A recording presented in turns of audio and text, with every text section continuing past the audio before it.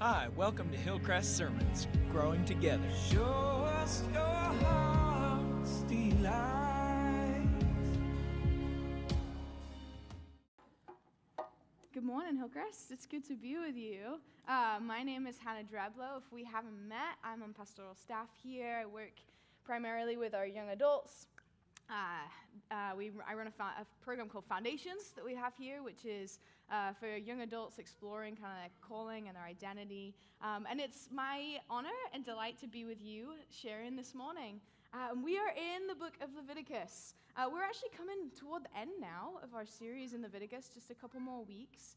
And we have been seeing that this series has really been focusing on God's desire to be with people, to presence himself closely with his people, and the ways in which Leviticus kind of draws this picture of God shaping his people, reforming this formerly enslaved people so that they may dwell in close proximity to him.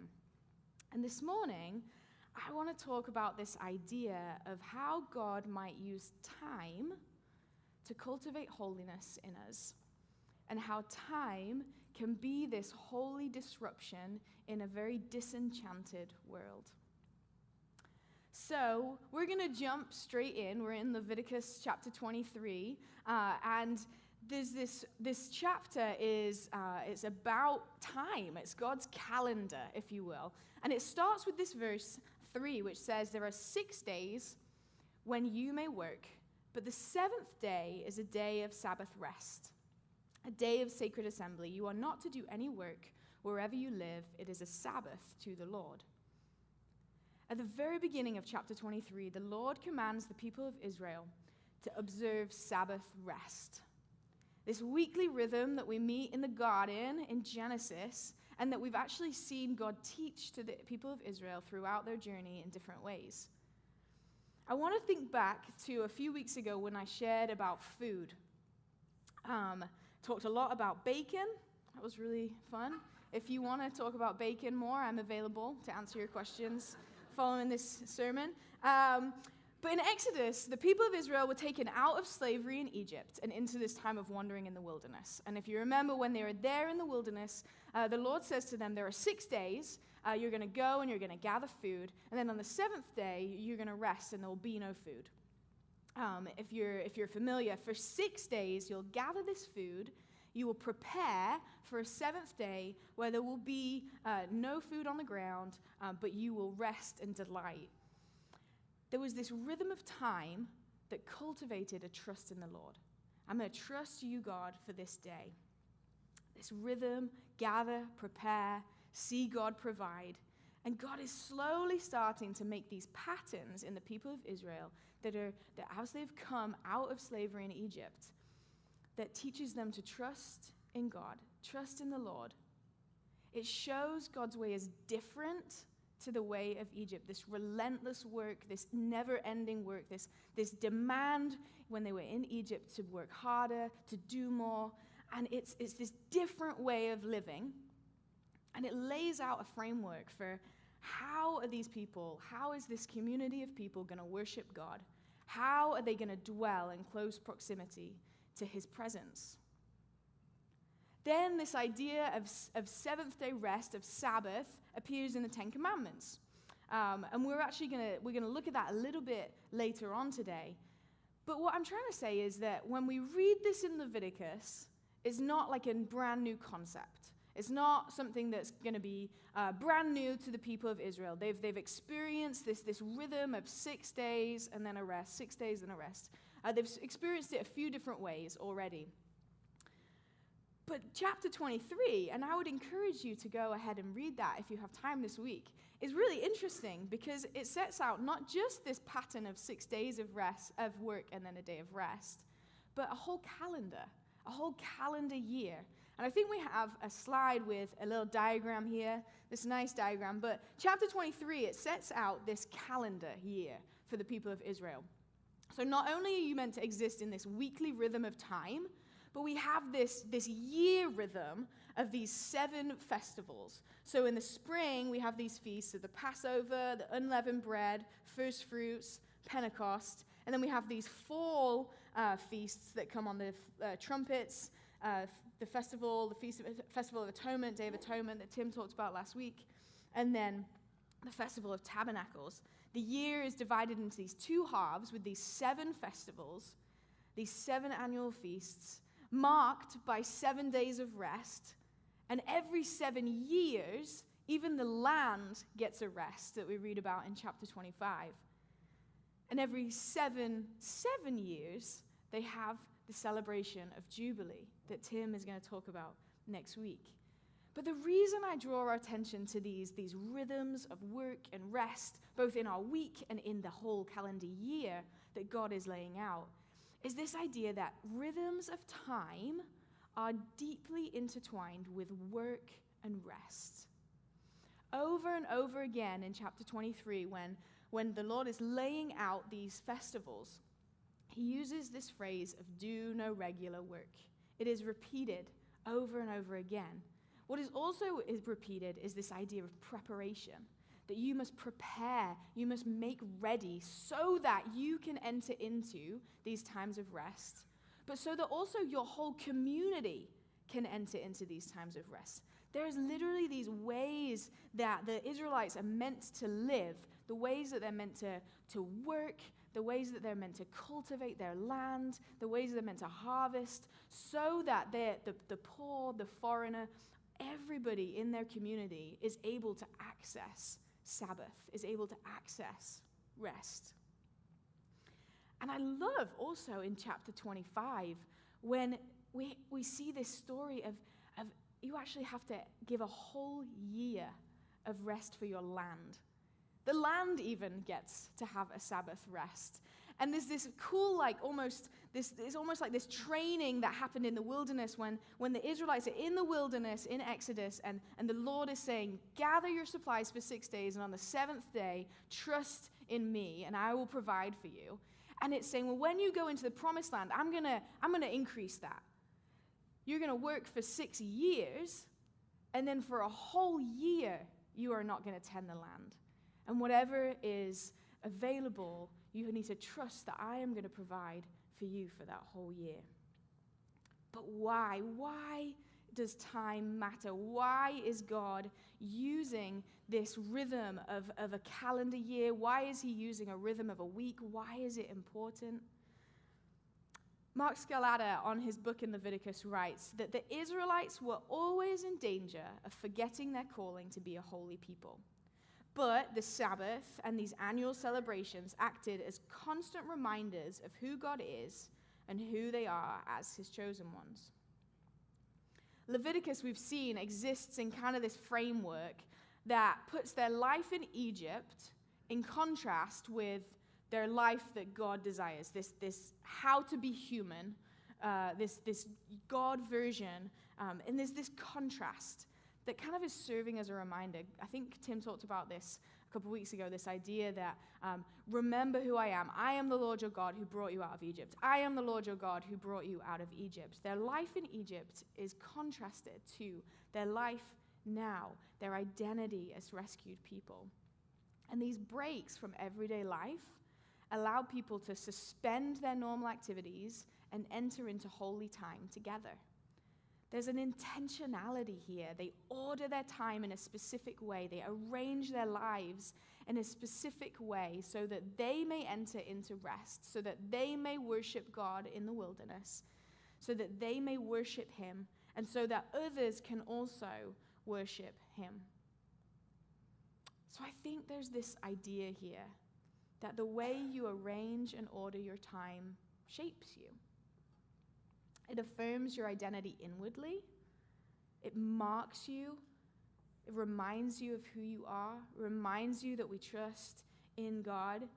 But it also marks you outwardly as different, right? The Israelites were meant to be living differently to how they were in Egypt.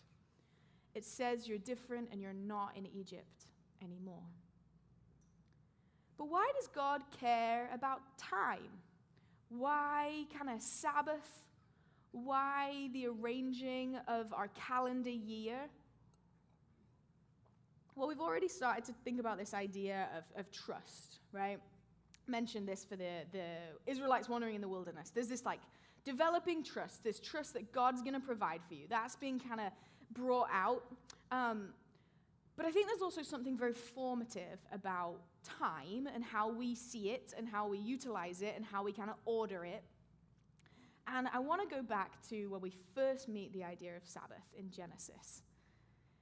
We're in chapter 2, in verse 2, and it says, "By the seventh day, God had finished the work he had been doing. So on the seventh day, he rested from all his work. Then God blessed the seventh day and made it holy, because on it he rested from all the work of creating that he had done." Rest. God rested from his work. This is the word Shabbat, which means to stop or to rest, but it also means to be complete or to celebrate. And God does this thing where he blesses the seventh day. He blesses a day. Now, in the story of Genesis, we encounter this word blessing, and it's different to the way that we would today use the word blessed, right? In Genesis, we see that God blesses creatures and gives them the ability to produce life, the ability to produce fruit. And then he blesses humans and does the same thing. He says, go be fruitful. You're blessed. There's this fruitfulness, life-giving aspect to it. And then he blesses a day. And we almost see this idea that a period of time, a day, has a life-giving ability to it. That this time can produce fruit. That it has this, God gives it this life-giving ability. It can create something. It can give something. It can when we enter into this Sabbath rest, it can like produce fruit in us so that we can go and do good things. So Sabbath produces trust in us, and Sabbath literally gives life. It produces fruit in our lives. We also meet the Sabbath in the Ten Commandments. So in Exodus chapter 20, verse 8, we read, "Remember to keep the Sabbath day by keeping it holy. 6 days you shall labor and do all your work, but the seventh day is a Sabbath to the Lord your God. On it you shall not do any work, neither you, nor your son or daughter, nor your male or female servants, nor your animals, nor any foreigner residing in your towns. For in 6 days the Lord made the heavens and the earth, the sea and all that is in them, but he rested on the seventh day. Therefore the Lord blessed the Sabbath day and made it holy." In the Ten Commandments here in Exodus at Mount Sinai, Moses is giving this law, and God is really tapping into this rhythm of creation we just talked about. This version of being human that's laid out in Genesis, God is reminding them about it. Sabbath is this invitation to join God in delighting in the world. So Sabbath invites us to delight. It invites us to trust and grow in trust. It produces fruit in our life, and it invites us to join God in delighting in the world. But then the Ten Commandments are actually given again. 40 years later, in the book of Deuteronomy, Moses gives the Ten Commandments again, and they're pretty much identical except for the law surrounding the Sabbath. And the start of that law is the same, but in the end, instead of this looking back to the garden, it says this. It says, "Remember that you were slaves in Egypt, and the Lord your God brought you out of there with a mighty hand and an outstretched arm. Therefore, the Lord your God has commanded you to observe the Sabbath day." So first time they hear the Ten Commandments, in Mount Sinai, the Sabbath is a way of saying yes to God. I want to delight in your presence. I want to delight in your world and in your creation.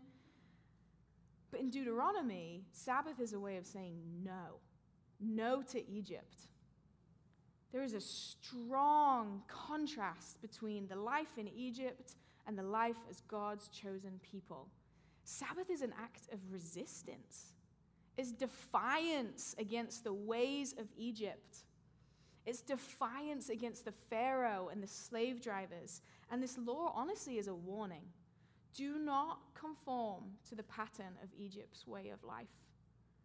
So Sabbath develops trust.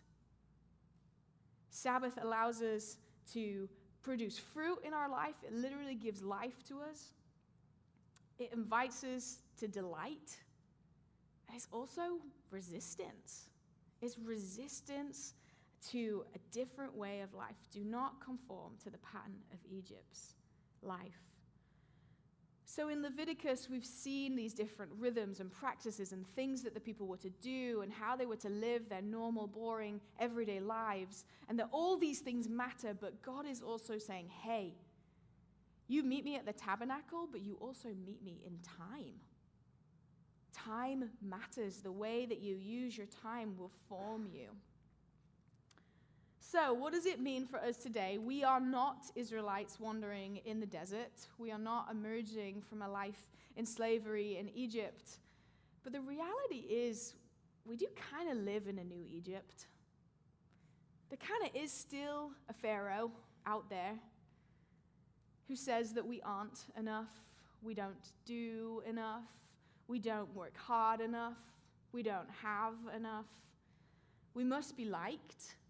We must progress in our careers and our jobs. We should have enough vacation and enough salary that we may be comfortable. We are busy.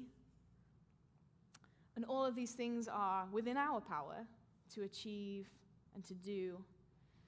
And even if that maybe doesn't resonate with you and start prickling you, honestly, the new Egypt will quite happily just distract you. It will happily take your attention and your time and tell you exactly where to put it and where you should be thinking and how you should be thinking. Overbusy, hurried life is the new speed of the Western world, and it is pretty toxic. And even with the best intention, I find hurriedness seeping into my life over and over again. And I think one of the big spaces that I find it in my own life is how I should be spending my time. This idea of what I should be doing with my time to make the most of it or make the best of it. And I have a toddler. His name is Leo. He is 20 months. And I get excited about Fridays because Fridays are my day off. It's Leo and Mom Day. Oh, he's pretty cute. And I'm like, we're going to do all these things. I have these plans, these ideas from Instagram and from Pinterest. You know, it's fall. We should go to a pumpkin patch. We should paint leaves and paint pumpkins. And we should go look at things. And usually I'm like, okay, let's do stuff on Friday because I'm going to fill it to the max because it's our day to just be together, to just enjoy our time together. So he's into his little balance bike thing right now. He's super stoked about it. So I'm like, okay, we live near Watcombe Falls Park. We love getting outside. We love being in nature. I want him to explore that as much as possible. So let's walk over there. We'll take his balance bike on the stroller, and we'll get down to the pond bit where it's nice and flat, and he'll just scoot around, and it'll be great. Gross motor skills, yes. Being outside, yes. So we get there. And he gets on I'm like, do you want to go on your bike? Yeah, Okay, so he gets out the stroller, gets on his bike, bikes for approximately 17 seconds, finds a leaf, and sits down. And he is done. And he just sat there. And I was like, okay. I really wanted to kind of get some exercise in, go for a walk, and we were going to see if there were ducks, and we were going to see if there were some other cool things to check out, and slowly time is running away from me, and I need to go home now because we need to cook dinner, and I'm like, you're slow. You're so slow. And suddenly these things I feel I ought to be doing to fill our time together and invest in his growing mind, because it's all good intention, right? He's too slow. Or maybe I'm too fast. Maybe I'm too distracted. Maybe I'm too focused on what I think I should be doing and how I should be filling his mind and his brain that I'm missing him learning and being present. And maybe we would have found some slugs or some other leaves. And maybe he just wanted his mom to sit with him and enjoy creation and delight in this disgusting, decomposing leaf. But toddlers are pretty good at inviting you to slow down.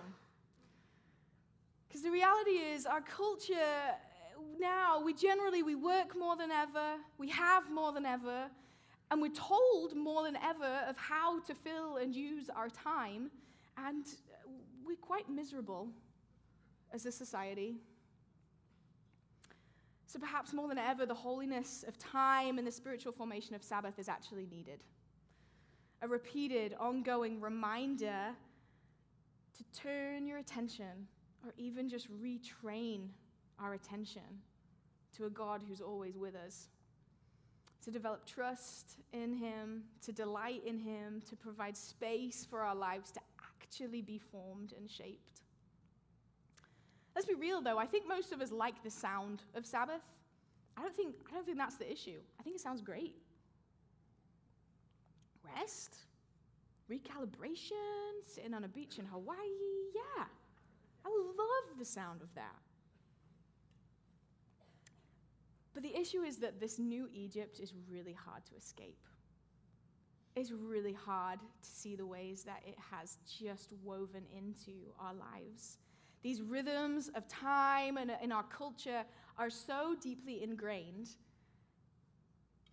they've done it without even us realizing. There's a reason that Sabbath is often named a spiritual discipline. In Leviticus, the Sabbath and these festivals had purpose and they had intention. They brought together a community. They allowed them to find space to turn their attention to God, to remember who they are and who God is. They remember the mighty works of their salvation and the provision of God. These breaks from everyday life allowed people to suspend normal activities and enter into holy time together. It is a glimpse of what was in the garden and what will be in the life to come. Sabbath is a fruit provider, right? It helps us keep aligned in how we work, our relationships with God. And if, for the Israelites, Sabbath was a resistance to the slavery of Egypt, then to us, Sabbath is a resistance to this new Egypt and this culture of hurry and hustle and do more and be more and have more. Sabbath is literally this way of saying enough. No to consumerism. No to the endless desire of more. No to the notion that I must always be progressing, always be achieving more. And no to this unconscious belief that the world won't spin without us. In her book, Sacred Rhythms, Ruth Haley Barton writes that we may, if we're not careful, see our unwillingness to practice Sabbath really is just an unwillingness to live within the limits of our humanity, to honor our finiteness. Instead, through Sabbath, we have this opportunity to say yes to peace, yes to contentment, yes to I have enough, yes to I have limits, and yes to trusting in the Lord. And quite honestly, I think real Sabbath is quite terrifying. I think it takes courage to enter into it truly. It's radical. It's this sacred intrusion into our lives. And it's this challenge to say, do I have the courage to trust the Lord with 24 hours of my week? To say, if I rest, if I stop, if I say no to this drumbeat of culture and society, could God do even more with those 144 hours that remain than I could even imagine? Am I willing to let go? You know, Sabbath is great. There are some awesome resources out there. And if you know me, I love pretty much anything written by John Mark Comer. He's a great thinker. And he has a couple of really good books that I've enjoyed on kind of Sabbath and the current culture. The first one is this one, Garden City, The Art of Work, Rest, and the Art of Being Human. This is an awesome book specifically on rest. But this book we have a few copies of out in the lobby, but it's called The Ruthless Elimination of Hurry. It's a really nice cultural commentary. It's a great book. And the font's pretty big, which is kind of nice. It's like really easy to read. So that's always enjoyable. Secondly, this book, Sacred Rhythms by Ruth Haley Barton, I've really enjoyed this book. This is more just spiritual formation in general. Lots of different formational practices that she talks about, but she does have a great chapter on rest. And again, this one is also available in the lobby. And if Sabbath is something that you feel particularly nudged to either reframe or recalibrate in your life, I'd love to direct your attention to an organization called Practicing the Way, led by John Mark Comer. And they have these resources that are just fantastic. They're just so great. They have a 4-week companion guide for various different practices that are very practical, that lead you through spiritual formation practices. This is the one on Sabbath. They also have one on solitude, fasting, prayer. And they have a great website that you can find here. And if you are not into reading and books, they also have an awesome podcast, which is so good. They interview and talk with a lot of people who are really great thinkers on spiritual formation. So I would highly, highly recommend those things as kind of a super practical way to think about Sabbath and integrating it into your life. But we always have people here who are kind of exploring faith, and I love that. You're here on a day when we talk about rest and work and what that looks like. Because honestly, I think that most people look at our culture and think something is probably not quite right? This idea of the pace of culture, the hurriedness, the rush, this never-ending desire to have more or do more or be more. I think the question isn't whether slowing down and resting is a good thing. The question is more of like, how is that even possible? So my question, if you're exploring faith, would be, how does this idea that the God of the universe designed a rhythm of work and rest and has such a huge value on rest, how does that shape how you even think about this God? And how would practicing this weekly actually shape who you are as a person? Do you think it would? Do you think it would change anything about your life? For those who are here who describe themselves as following Jesus, I want to think about this. John Ortberg, who's another good thinker on spiritual formation, this one gets me. He has this quote, which says, "For many of us, the great danger is not that we will renounce our faith.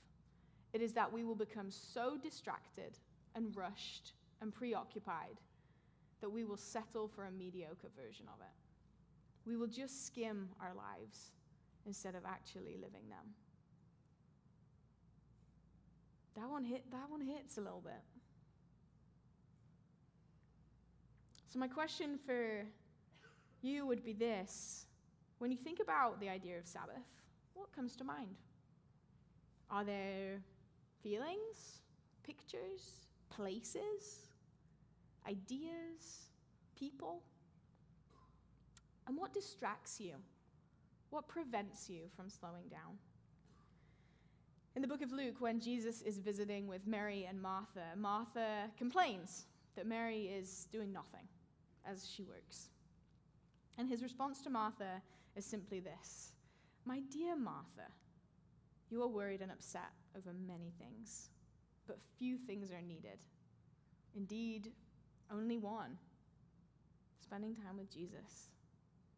Undistracted time, a spiritual slowdown, a time to Shabbat, to stop, rest, be complete, celebrate. For when we see time as sacred, Sabbath is beautiful. It is this intentional rhythm that is prepared for. We work so that we can enter into this rest, so that we may see creation. When we let our life, our time, our routines align with this drumbeat of work and rest, we're shaped. Life-giving work is done and fruit is produced. So I hope that we can be encouraged this week to spend time slowing down.